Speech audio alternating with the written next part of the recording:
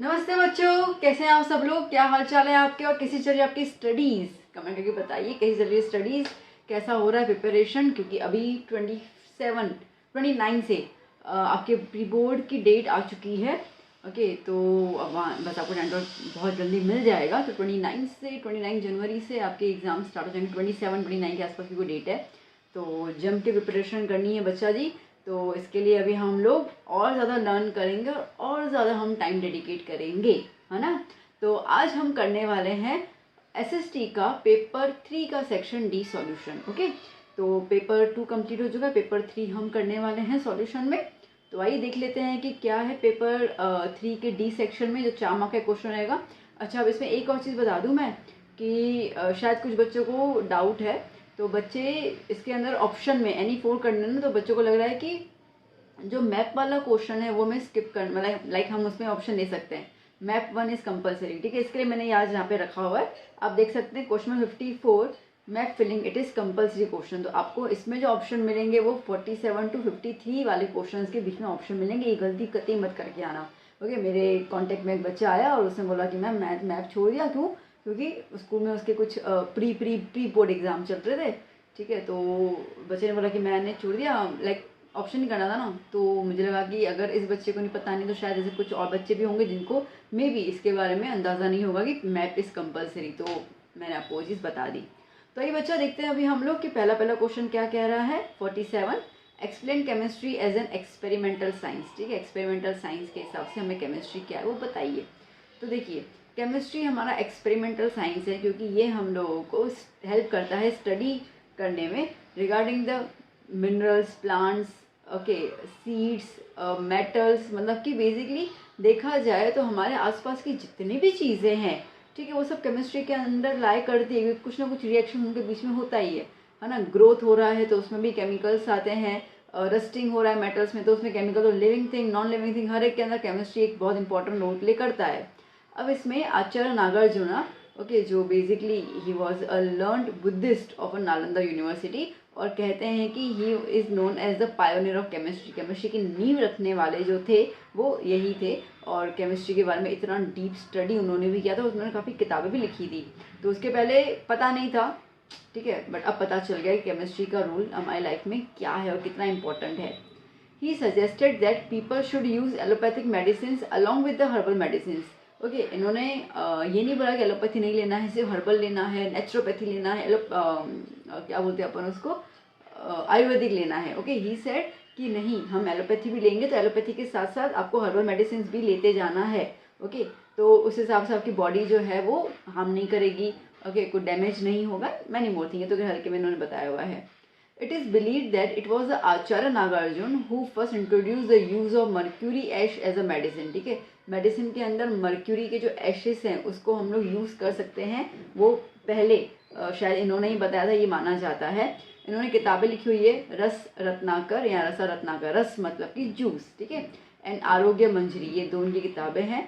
इनकी जो किताबें हैं रस रत्नाकर, उसमें उन्होंने मेंशन किया रिगार्डिंग द जूस, ठीक है। महारस, उपरस, ऐसे 10 टाइप ऑफ जूस भी और 10 ऐसे कुछ पॉइजन्स भी हैं, ठीक है। जैसे कि कुछ सॉल्ट्स के बारे में बताया गया है। देखो, हमें पता है white salt, black salt, rock salt, ऐसे कुछ नाम सुने होंगे आपने, ठीक है। तो हर एक सॉल्ट का क्या इंपॉर्टेंस, जैसे हम सैलड जब भी हम बाहर खाते हैं, जब बाहर हम घर पे बनाते हैं, तो आप देखिएगा मम्मी ज़्यादातर जो है ना वो ब्लैक सॉल्ट सैलड में यूज़ करते हैं, ठीक है। जब खाना पकाते हैं तब हम लोग ब्लैक सॉल्ट नहीं यूज़ करते हैं। तो हर एक सॉल्ट का एक अलग अलग इंपॉर्टेंस है, बिकॉज उसके अंदर केमिकल प्रॉपर्टीज अलग है, दैट्स वाई। जैसे एग्जांपल दे रही हूँ मैं आपको, and ashes of minerals that found in the chemistry, ठीक है। रसों के अंदर भी, जूस में भी, क्योंकि कौन से आंवला का जूस हम हेल्दी कहते हैं, करेले का जूस हेल्दी कहते हैं, there are some other juices जो बॉडी के लिए सही नहीं होगा। ओके, तो इस तरीके से आपके पास सारे के सारे किताब में इन्होंने बताया हुआ था। The copper statues of Buddha reflect an expert knowledge and skill in the field of chemistry. अब जैसे इन्होंने ही वॉज बुद्धिस्ट ना, मतलब बुद्धिस्ट रिलीजन को फॉलो करते थे, ठीक है। तो उस टाइम पे जो कॉपर मेटल से बुद्धा की पूरा आइडल बनाना, ये बताता है कि उस टाइम के लोग कितने ज़्यादा नॉलेजेबल हुआ करते थे in the field of chemistry. या इस तरीके से क्योंकि आप सोचो कि वो अभी भी जो उस टाइम पे जो बनाया गया था, ठीक है, वो रस्टिंग नहीं हो रहा है, उसको कोई ब्लैक और ग्रीन वाली कोटिंग नहीं हो रही है, बहुत सुंदर दिख रहा है। तो there would be some chemistry knowledge, ठीक है, जिसकी वजह से उन्होंने ऐसे कॉपर के अंदर ऐसी चीज़ें मिक्स कर ली ताकि उसके अंदर रस्टिंग ही ना हो। Okay, Nagarjuna was the head of the Nalanda University where he had set up School of Chemistry, okay, school of chemistry बनाया था, and furnace for study and research purpose, ठीक है। फर्नेस मतलब कि भट्ठे, ओके, भट्ठा बोलते हैं उसको हिंदी में, जहाँ पे मेटल्स के बारे में कैसे मेटल को, अपने साइंस का चैप्टर किया ना, रिएक्टिविटी ऑफ मेटल्स का, टॉप मेटल्स को कैसे एक्सट्रैक्ट किया जाता है, ये सब, तो ये सब कुछ उसी के अंदर इंक्लूडेड है। ओके, तो मैंने आपको पिक्चर दी हुई है नागार्जुन की, इसको ड्रॉ नहीं करना है, सीधी सी बात है। ये मैंने आपको इसके, क्योंकि जब हम कुछ विजुलाइज करते हैं ना तो हमें याद हो जाता है। तो अगर आप ये पिक्चर देख लेंगे और कभी नागार्जुन के बारे में कुछ पूछा जाता है तो आपके दिमाग में फटाफट से स्ट्राइक हो जाएगा कि अच्छा ये वाला पिक्चर में देखा था and he was a person, तो आप उसको अच्छे से स्टडी कर लेंगे, ठीक है। तो चलिए देखते हैं नेक्स्ट क्वेश्चन क्या कह रहा है।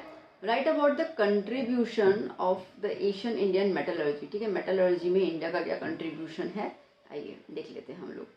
तो अब बेसिकली मेटलर्जी, इसका मतलब कि the process of refining of metals, ठीक है, सिंपल भाषा में अगर हम बोलें इसको, तो मेटल्स को प्योरीफाई करने का जो प्रोसेस होता है उसमें इंडिया का कैसा रोल है।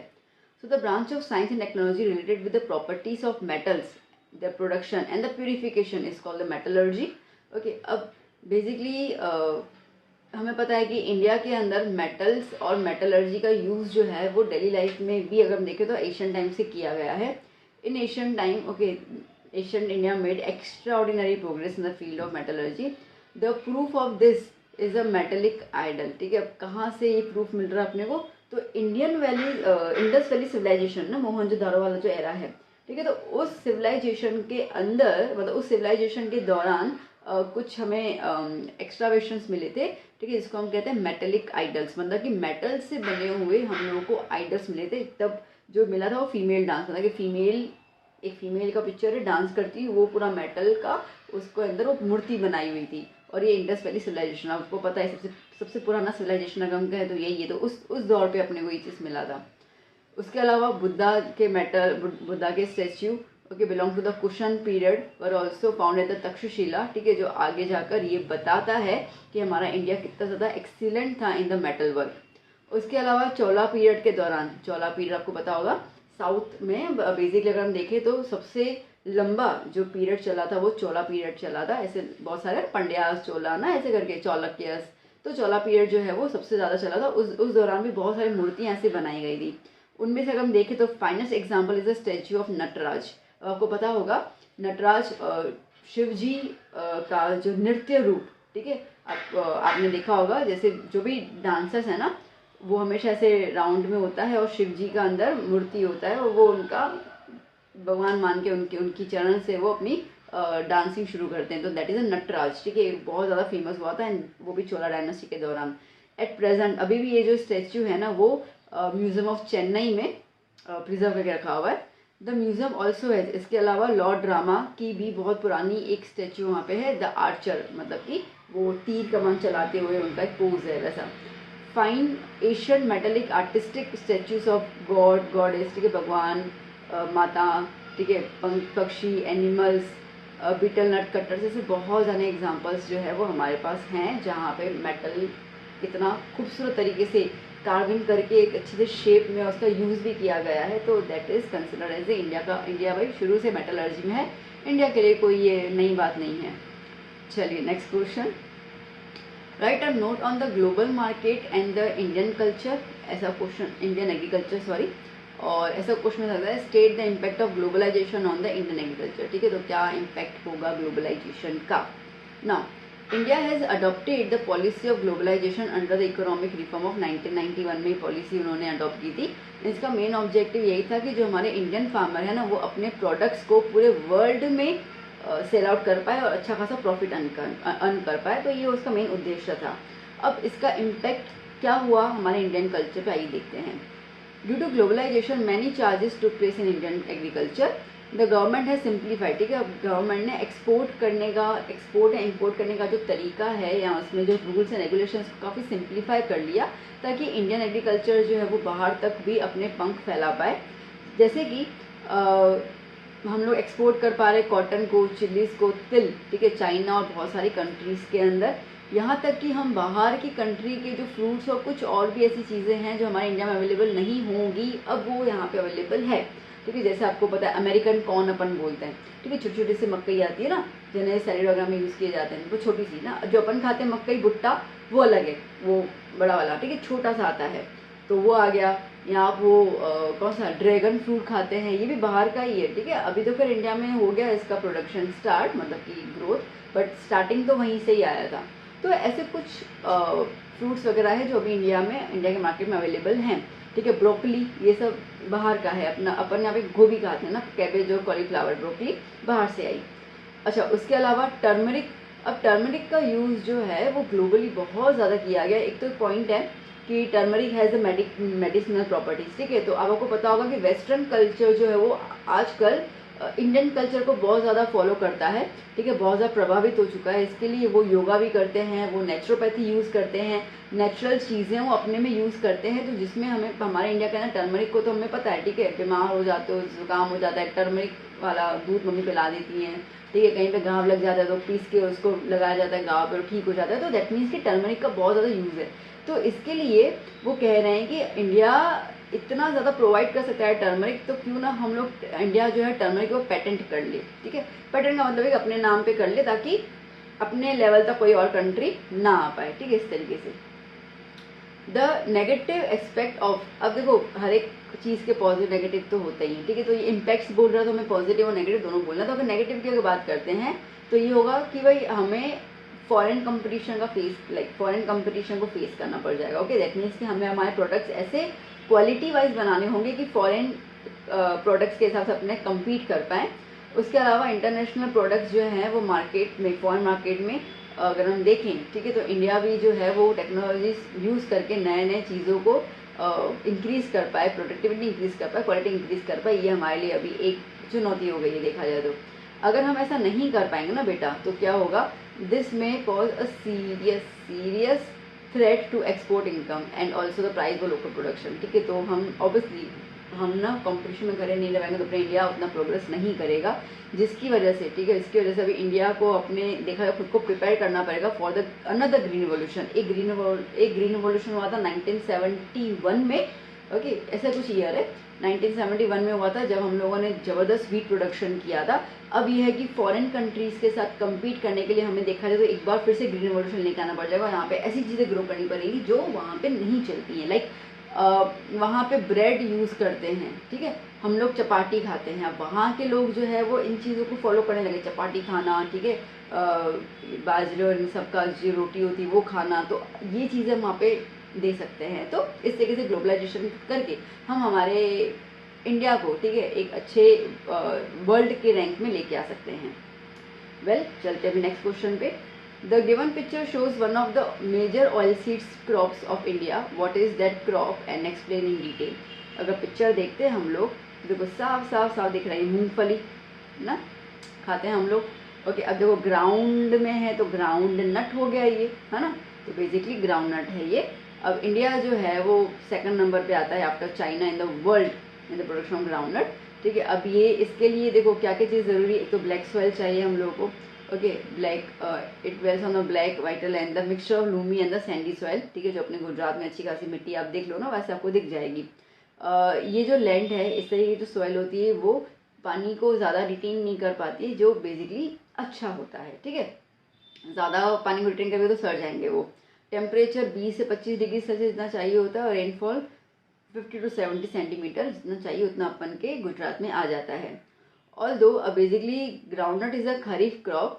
ठीक है, बट अगर हम इरिगेशन की फैसिलिटी हमारे पास अच्छी खासी हो तो उसको हम लोग समर सीजन में भी ग्रो कर सकते हैं, क्योंकि पानी की ज़्यादा मात्रा नहीं चाहिए, इसको रिटेंशन इतना ज़्यादा नहीं चाहिए, जिसकी वजह से इसको हम लोग जायद क्रॉप भी कहते हैं। मतलब कि जो क्रॉप्स समर में ग्रो किए जाते हैं उसको जायद क्रॉप्स भी कहा जाता है। गुजरात, आंध्र प्रदेश, तमिलनाडु, महाराष्ट्र ये मेजर प्रोडक्ट प्रोड्यूसर है ग्राउंडनट के। गुजरात पूरे इंडिया में सबसे ज़्यादा लार्जेस्ट प्रोड्यूसर है, उसमें इसके अंदर Junagadh, Gir Somnath, Amreli, Rajkot, Bhavnagar, these are the major producers. Gujarat सबसे ज़्यादा ग्राउंडनट ऑयल का यूज़ करता है। अभी अपने घर पे देखोगे ना तो आपको देखेगा, ठीक है, मम्मी लिखा हुआ लाइक ग्राउंडनट ऑयल ज़्यादा यूज़ करते हैं हम लोग इसको मूंगफली का तेल। तो that is all about this one. ठीक है, अब आप ये कहोगे मैम इतना सही आंसर, बट इससे ज़्यादा हमको लिख भी नहीं सकते हैं डिटेल, इससे ज़्यादा डिटेल क्या लिखोगे। ओके, सब चीज़ें आ गई, लैंड बता दिया, टेम्परेचर बता दिया, रेनफॉल कितना चाहिए वो बता दिया, ठीक है, किस नंबर पे आता है, और ये तो इससे ज़्यादा अपन लिख भी नहीं पाएंगे। तो जितना है उतना मैंने आपको दे दिया। कुछ बच्चे बोलते हैं कि आपके आंसर्स छोटे होंगे तो कैसे मार्क्स मिलेंगे, बट आप ब्ला ब्ला ब्ला कितना लिखोगे।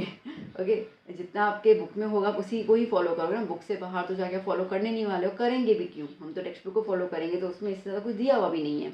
तो अब जितने मार्क का पूछा है वो उनका है, ये 3 मार्क में पूछ सकते थे तो कोई टेंशन नहीं होती। चलिए next, state the effects of unemployment. Unemployment के इफेक्ट्स क्या है, तो पहले अपन समझ लेते हैं अनएम्प्लॉयमेंट होता क्या है। देखो पहली बात तो अनएम्प्लॉयमेंट बहुत ज़्यादा सीरियस और कॉम्प्लेक्स प्रॉब्लम है हमारी इंडियन इकोनॉमी के सामने, क्योंकि इतनी ज़्यादा पॉपुलेशन हो ना, 140 करोड़ पॉपुलेशन है हमारी, और अगर उसमें इतने ज़्यादा लोग बेरोजगार हों, काम ही नहीं करो, तो देखा जाए तो वो तो बर्डन हो गया ना इंडिया के लिए, समझ रहे हो। ठीक है, इसके लिए अनएम्प्लॉयमेंट बहुत ज़्यादा प्रॉब्लमेटिक वे है किसी भी कंट्री के ग्रोथ में। तो अब इसका मतलब है क्या, तो एक इंसान जो 15 से 60 साल का है और जिसको काम करने की इच्छा है, ठीक है, जिसके पास कुछ लाइक एनर्जी भी है, मतलब जवान भी है, क्वालिफिकेशन भी है उसके पास, और वो काम ढूंढ रहा है बट उसको काम नहीं मिल रहा है, ऐसे लोगों को अपन कहते हैं अनएम्प्लॉयड। और इस टाइप की कंडीशन आती है तो इसको अपन कहते हैं बेरोजगारी, अनएम्प्लॉयमेंट। तो इसके इफेक्ट्स क्या हैं, देखो सबसे पहली बात, अगर अनएम्प्लॉयड होगा मतलब बेरोजगार होगा, कहीं पे उसको नौकरी नहीं है तो पुअर होगा, पैसे नहीं आ रहे तो कहाँ से अपना स्टैंडर्ड ऑफ लिविंग सेट करेगा। ठीक है, तो it is a root cause of poverty. Poverty का जो मेन अगर हम लोग बोले ना कि क्या रीज़न है, तो that is unemployment. When there is no employment, ठीक है, जब कोई एम्प्लॉयमेंट नहीं होगी तो कोई इनकम नहीं होगी, कोई इनकम नहीं होगी, ठीक है, तो इसका मतलब है कि पॉवर्टी और हार्डशिप जो है वो लोगों के ज़िंदगी में आने वाली है। अनएम्प्लॉयमेंट लीड्स टू पॉवर्टी, और इसकी वजह से स्टैंडर्ड जो होता है ना वो लो हो जाता है रहने का। ठीक है, तुम्हारे पास खाने के ही पैसे नहीं होंगे तो तुम कपड़े वपड़े तो ध्यान दोगे। ठीक है, पहले तो हम लोग पेट के बारे में सोचेंगे ना कि हमें खाना चाहिए। ठीक है, स्टैंडर्ड ऑफ लिविंग तो बहुत दूर की बात है। जो अनएम्प्लॉयड लोग स्लम्स में रहते हैं, ठीक है, उनको तो माल न्यूट्रिशन की प्रॉब्लम होती है। माल न्यूट्रिशन मतलब कुपोषण, ठीक है, उनको तो पोषण मिलता ही नहीं है, स्टारवेशन, भूखमरी, डिजीज हो जाती है, इसकी वजह से वो उम्र से पहले मर जाते हैं। अब उम्र से पहले मर जाना भी एक कंट्री के लिए लॉस होता है। ठीक है, क्योंकि लाइक हम अगर एक यूथ जो बहुत काम कर सकता है और वो उस बिकॉज ऑफ दिस रीज़न वो जब जल्दी मर जाएगा तो वो इंडिया के लिए लॉस है। ठीक है, अगर यही कि उसको खाना मिला, उसको एनर्जी आएगी तो वो इनकम जनरेट करेगा, वो इनकम इंडिया के लिए इकोनॉमिक का ग्रोथ हो सकती है। The failure to find employment make the educated, ठीक है, अगर किसी को रोजगार नहीं मिलता है तो जो बेचारा एजुकेटेड और इंटेलिजेंट होता है वो दूसरी कंट्रीज़ के अंदर माइग्रेट करता है। ठीक है, आज हम क्यों देखते हैं, खैर आज तो फिर भी बहुत कम हो गया है, पहले के टाइम पे अगर हम ये बोले तो बहुत सारे लोग जो एजुकेटेड होते हैं ना वो लोन लेकर बाहर विदेश चले जाते हैं। ठीक है, उसके अंदर दुबई सबसे ज़्यादा होता था उस टाइम पे। अगर मैं ये बोलूँ कि मैं जब आपकी उम्र की थी, जब मैं खुद 10th या 12th में थी, तब ये चीज़ें हमें बहुत सुनने को मिलती थी कि ये दुबई चला गया, वो चला गया, दुबई ज़्यादा होता था। ठीक है, फिर धीरे धीरे आया था यूएसए, और उस टाइम पे इतने ज़्यादा मेजर रेस्ट्रिक्शन भी नहीं होते तो लोग आराम से जा पाते थे। ठीक है, तो अब बेसिकली आप सोचो कि इंडिया का एक काबिल इंसान किसी और देश में जाके काम कर रहा है तो इंडिया के लिए तो लॉस हुआ ना। तो इसको अपन कहते हैं ब्रेन ड्रेन। क्या कहते हैं, ब्रेन ड्रेन। ठीक है, तो ये लॉस की वजह से, क्योंकि यहाँ पे अपॉर्चुनिटी नहीं मिल रही तो लोग विदेश चले जा रहे हैं। और जो इलिटरेट और सेमी इलिटरेट हैं, या सेमी लिटरेट है ना, थोड़े बहुत पढ़े लिखे, जिनको थोड़ा बहुत पढ़ना लिखना आ जाता है, या बिल्कुल अनपढ़, ठीक है, अब ये लोग जो हैं, ये लोग फिर क्या बन जाते हैं, क्रिमिनल, क्योंकि इनको तो कहीं जॉब नहीं मिल रही। अच्छा, वो बाहर भी नहीं जा सकते तो क्या बने, क्रिमिनल। अब उनको घर पे माँ बाप होंगे, बच्चा होगा, बीवी होगी, इन सब के भी देखभाल करनी है उनको। तो उनको जब रोजगार नहीं मिलेगा तो वो क्या करेंगे, वो चोरी चकारी करेंगे, ठीक है, लूटपाट करेंगे, मर्डर करके चीज़ें छीन के चले जाएंगे। तो इस तरीके से देखा जाए तो एंटी सोशल एक्टिविटीज़ का जन्म हो जाता है। और न्यू प्रॉब्लम ऑफ सुसाइड, ठीक है, उसके अलावा अगर देखें तो लोग सुसाइड कर लेते हैं, अगर ये दोनों नहीं कर पाते तो सुसाइड कर लेते हैं।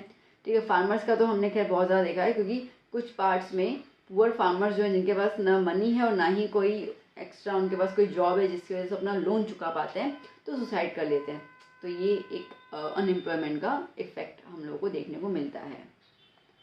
Now next question which is an extra one, explain in detail any 4 measures to reduce the unemployment. ठीक है, अनएम्प्लॉयमेंट को कम करने के लिए क्या कर सकते हैं। गवर्नमेंट ने कुछ रूल्स निकाले हैं, आइए देखते हैं। सबसे पहले Mahatma Gandhi national rural employment guarantee act. Okay, अब ये जो है ना, ये basically it's a wage based week मतलब कि रोज़ाना की आपको एक पगार मिल रही है, ठीक है, वो प्रोग्राम के ऊपर है। 1 person from every family is guaranteed veg employment for minimum 100 days, ठीक है। तो फाइनेंशियल ईयर जो होता है, फाइनेंशियल ईयर इसका मतलब कि मार्च से अप्रैल का जो पूरा रहता है उसके अंदर like we have the 365 days, ठीक है। अब ये तो बेसिकली इंक्लूड ज़्यादा हो जाएगा, तो उसमें से 100 दिन तक का तुम्हें एम्प्लॉयमेंट मिलेगा, मतलब मिलेगा, ये गवर्नमेंट ने रूल निकाला है, ठीक है। अब ये आपको डेली कितने पगार मिलेगी, 500 रुपये, 250 रुपये, 300 रुपये, वो एक तो देखो काम का भी अलग अलग होता है, ठीक है। जो मजदूर होगा उसके लिए अलग रहेगा, तो देयर इज़ अ डिफरेंस, तो गवर्नमेंट को फिक्स कर लेती है। If it is fails to provide work, अगर गवर्नमेंट तुमको ये 100 दिन, एक बंदे को, फैमिली में से एक बंदे को 100 दिन का अगर काम नहीं दे पाती है, तो अनएम्प्लॉयमेंट अलाउंस जो है वो गवर्नमेंट को उसको देना पड़ेगा। रूरल डेवलपमेंट एक्टिविटीज़ जैसे कि हॉर्टिकल्चर हो गया, ठीक है, लैंड को लेवल करना, ट्री प्लांटेशन, पानी को कंजर्व करना, ये सारी चीज़ें भी इसके अंदर आती है जो गवर्नमेंट उनको काम देती है। आप क्या समझते हो कि जैसे समझे कि मोदी जी आते हैं किसी भी इसमें स्टेट में या क्या, तो आपने देखा होगा कि होर्डिंग्स लग जाती है, ठीक है, कवर, वो क्या बोलते, कलर्स करते हैं, ये सब करते हैं, तो it's kind of the employment जो उनको दिया जा रहा है ना। अब वो थोड़े रुक के देखते हैं कि कलर हो रहा है कि नहीं हो रहा है, अब खुद सोचिए, वो तो शटाक से फास्ट फास्ट गाड़ी में आते हैं, फास्ट फास्ट निकल जाते हैं, ठीक है। तो वो सड़क पे वो कलर हुआ है कि नहीं हुआ है, सफाई हुई कि नहीं है, उतना तो उनका ध्यान थोड़ी देते हैं। मतलब एक तरीका ये कि वो आ रहे हैं, दैट मीन्स कि हमें क्लीननेस करना, ये करना है, तो एक तरीके का एम्प्लॉयमेंट जनरेट कर लेता है गवर्नमेंट इस तरीके से, ठीक है। तो देयर आर मैनी एस्पेक्ट्स, ये तो मैंने आपको एग्जाम्पल दिया, क्योंकि आजकल ये चीज़ें बहुत आपको देखने को मिलेंगी आपके आसपास, जब भी कोई मंत्री आते हैं या कुछ आते हैं तो ये चीज़ अपन को देखने को मिल जाती हैं। Okay, next mission Mangal, mission Mangalam. Okay, mission Mangalam is to mean encourage woman to form self help groups, ठीक है। सेल्फ हेल्प ग्रुप्स का मतलब खुद की मदद खुद करो, है ना, ऐसा बनाया गया है जहाँ पे जो औरतें होती हैं वो इन संस्थाओं में जुड़ जाती हैं, उसके अंदर सिलाई बुनाई का काम सीख लेंगी, खाने का काम सीख लेंगी, कुछ ना कुछ ऐसा काम सीख लेंगी, ठीक है, जिससे उनके पास इनकम आना स्टार्ट हो जाए। फिर आता है ज्योति ग्रामोद्योग विकास योजना। अब ये स्टार्टअप इंडिया की स्कीम है जहाँ पे अनएम्प्लॉयड पर्सन जो है रूरल एरिया में, ठीक है, उनको फाइनेंशियल हेल्प दिया जाता है और सब्सिडीज दी जाती है, ताकि वो जो भी अपना काम, अगर उनकी जो स्कीम है, उनका जो बिजनेस है, अगर वो गवर्नमेंट को अच्छा लगता है तो उनको इस तरीके से थोड़ा हेल्प मिल जाता है, ठीक है। और पॉवर्टी कम करने का ये एक और तरीका है। फिर आता है इंटीग्रेटेड डेयरी डेवलपमेंट स्कीम, ठीक है, ये बेसिकली ट्राइबल वुमेंस के लिए रहता है। वो क्या होता है ना कि जो ट्राइबल औरतें होती हैं, ठीक है, वहाँ पे इतना ज़्यादा स्कोप नहीं होता है, पर इतना तो है ना कि वो कुछ एनिमल्स को तो पालते ही हैं, है ना, तो वो एनिमल्स में से जो दूध वगैरह निकलता है तो वो बेच देती है, इस तरीके से उनको काम मिल जाता है। तो उनके जो हस्बैंड होंगे या उनके जो भाई होंगे, बेटा होगा, वो तो चलो मजदूरी काम करने कहीं ना कहीं जाएंगे, तो औरतों के लिए स्कीम निकालिए ताकि वो इस तरीके से इनकम जनरेट कर पाए, है ना। तो इस तरीके से देखा जाए तो अनएम्प्लॉयमेंट रिड्यूस होने के चांसेस हैं। ओके, चलिए next 52, right about the MNREGA. अब ये बेसिकली मैंने यहाँ पे बता ही दिया है इसके अंदर, ठीक है, तो आपने ये वाला लर्न कर लिया तो सेम क्वेश्चन ही, और हालांकि ये वाला क्वेश्चन चामा पे तो नहीं पूछना चाहिए था। वेल, तो Mahatma Gandhi national rural employment guarantee act was pass on 23 अगस्त 2005 में हुआ था, ठीक है। अगेन वही है कि 100 दिन तक का आपको काम दिया जाएगा, उसमें जो गवर्नमेंट है वो आपके पगार फिक्स करके रखेगी, ठीक है। ये सब उसके अंदर आ गया, तो there is no another form. चलिए next 53, which rights of children juvenile rights are included in the Indian constitution, ठीक है। तो बच्चों के लिए क्या कानून या क्या अधिकार जो है वो दिए गए हैं, आइए देख लेते हैं। तो the United Nations adopted the charter of the children's rights in 1992। अब क्या है वो देख लेते हैं हम लोग। Every child has a right to live without discrimination, ठीक है, हर एक बच्चे को ज़िंदगी जीने का अधिकार है, जिसमें caste, colour, creed, language, nationality में हम किसी बच्चे के साथ जो है वो भेदभाव नहीं कर सकते हैं।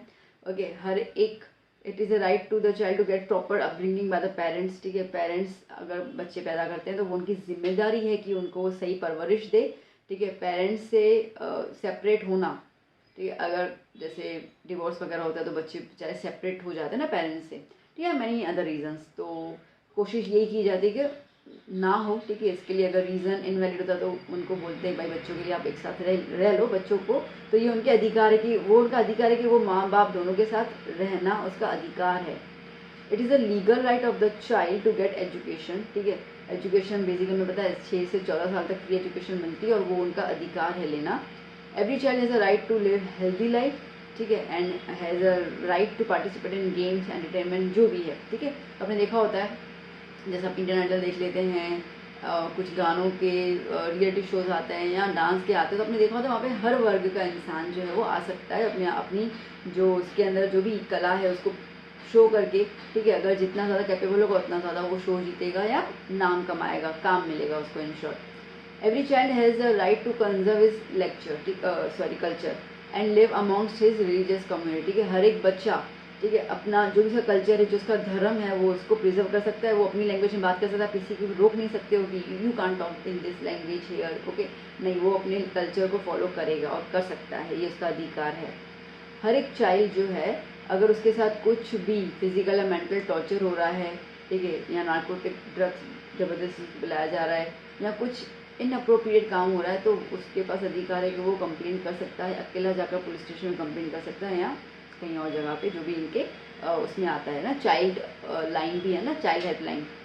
Every child has a right to obtain security and proper standard of living for its mental, moral and the physical development, ठीक है। तो ये बच्चों का अधिकार है, उनसे कोई अधिकार छीन नहीं सकता है, माँ बाप भी नहीं।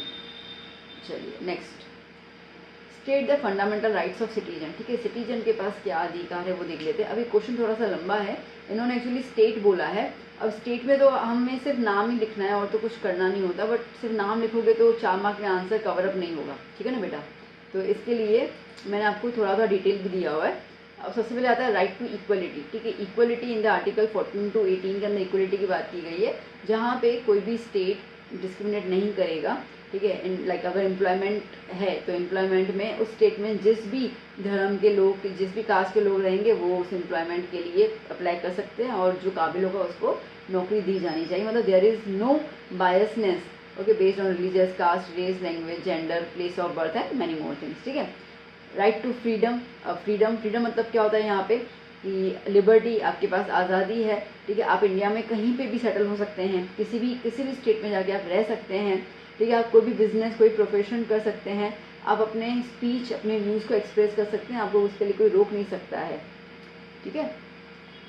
Next, right against exploitation, exploitation जैसे कि ज़बरदस्ती बच्चों को, लाइक 15 साल से कम बच्चे को, ठीक है, चाय की टपरी पे या ऐसे कोई ढाबे पे लगा देना, ये उनके पेरेंट्स अगर करते हैं तो उनके खिलाफ एक्शन लिया जा सकता है, ओके। तो children are prohibited from the employment in the hazardous job, ठीक है, ऐसे कुछ नहीं कर सकते हैं।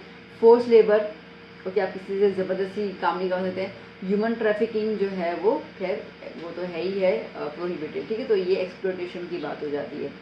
फिर बात करते हैं हम लोग right to freedom of religion, ठीक है। आप कोई भी रिलीजन को चूज़ कर सकते हैं, ठीक है। कोई भी रिलीजन, अगर आप अभी लाइक पारसी हैं तो अगर आपको क्रिश्चियनिटी में जाना है तो आप अपने रिलीजन को फॉलो कर सकते हैं, अपना धर्म बदल सकते हैं, ठीक है। तो उसमें आपके लिए कोई भी बंदिश नहीं है। Cultural and educational rights, article 29 के हिसाब से educational cultural rights to the religious, linguistic, cultural to preserve the language, script, ठीक है, वो सब चीज़ें आता है। तो आप अपने धर्म का या अपना जो भी आपका कास्ट है या धर्म है, आप उसके कल्चर को यूज़ कर सकते हैं, आप उसके एजुकेशनल राइट्स लेना आपका अधिकार है, समझ रहे हैं, ठीक है। जैसे अभी NEP के रूल के हिसाब से क्या है ना कि 6th स्टैंडर्ड से अभी गीता जो है वो इंट्रोड्यूस की जाएगी, तो गीता हो, कुरान हो, ये हमारे कल्चर स्क्रिप्ट्स हैं, ठीक है। तो हम इसको कहीं पे भी रीड कर सकते हैं, कहीं पे भी लेके जा सकते हैं, हमारा अधिकार है, कोई इसको छीन नहीं सकता हमसे। राइट टू कॉन्स्टिट्यूशनल रेमेडीज, ठीक है। Citizens have right to ask to the court, ask the court to enforce their fundamental rights, ठीक है। अब अगर कॉन्स्टिट्यूशनल रेमेडीज का मतलब क्या होता है ना कि अगर इनके साथ किसी भी, जो भी अपन ने अभी तक राइट्स की बात की, अगर उसमें कहीं भी इनके साथ भेदभाव हो रहा है या क्या, तो इनके पास अधिकार है कि वो कोर्ट में जाते हैं और जाकर, ठीक है, अपने ऑर्डर या डायरेक्शन जो भी गवर्नमेंट से हैं in the form of the documents, वो कोर्ट के साथ बोल सकते हैं कि हमारे अधिकार हमको इस जगह पे दिलाइए, वो हमसे छीन रहे हैं, तो that is considered the constitutional remedies, ठीक है। चलिए, तो यहाँ पे हमारे 53 क्वेश्चन कम्प्लीट हो गए। अब आते हैं 54 क्वेश्चन में, दैट इज द मैप। अब मैप मैंने ऑलरेडी प्लॉट करके रखा हुआ है, आपको एक्सप्लेन कर लेती हूँ मैं। ठीक है। तो आपको करेक्ट साइन या सिंबल कुछ भी आप देना चाहते हो आप दे सकते हो इसके अंदर। तो बेसिकली सबसे पहले आएगा a reason of red soil, ठीक है, रेड सॉइल। अब बच्चा जी रेड सॉइल कहाँ कहाँ पे है वो हम देख लेते हैं पहले। तो अब रेड सॉइल बेसिकली मैंने यहाँ पे दे दिया आपको तमिलनाडु, ठीक है, तमिलनाडु में है। तो इस तरीके से मैंने सिंबल डॉट का लगाया हुआ है यहाँ पे, तो ये रहा तमिलनाडु, ठीक है। फिर हम देख लेते हैं एक्स्ट्रा क्वेश्चन में रीजन ऑफ पीट सॉइल। पीट सॉइल वेस्ट बंगाल और उड़ीसा में आपको मिलता है।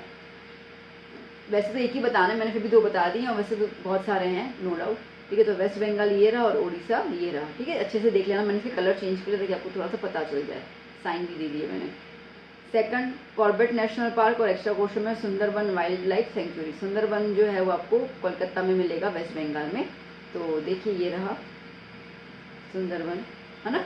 और कॉर्बेट जो है वो उत्तराखंड में, ठीक है। Okay next, one region producing wheat. सबसे मेजर तो पंजाब ही है, बताइए अपने को ना, पंजाब तो मेन है, ठीक है। तो इसके लिए ये रहा पंजाब। फिर हम बात करते हैं centre of iron steel industry Bhadravati, ठीक है, मतलब भद्रावती आयरन स्टील इंडस्ट्री कहाँ पर है, तो कर्नाटका में है, ठीक है, ये रहा कर्नाटका, ठीक है। फिर आता है एक्स्ट्रा क्वेश्चन में जमशेदपुर या Bokaro. Bokaro basically iron steel industry का नाम है, ठीक है। कहाँ पे लोकेटेड है, जमशेदपुर। जमशेदपुर कहाँ पर है, झारखंड में। तो ये रहा आपके पास, सॉरी ये रहा आपके पास झारखंड रांची, ठीक है बच्चा बाटी। तो यहाँ पे आपका मैप भी क्लियर हो गया, तो साथ साथ मैप को प्रैक्टिस करते जाइएगा। 4 मार्क है, मस्त इजी वाले हैं।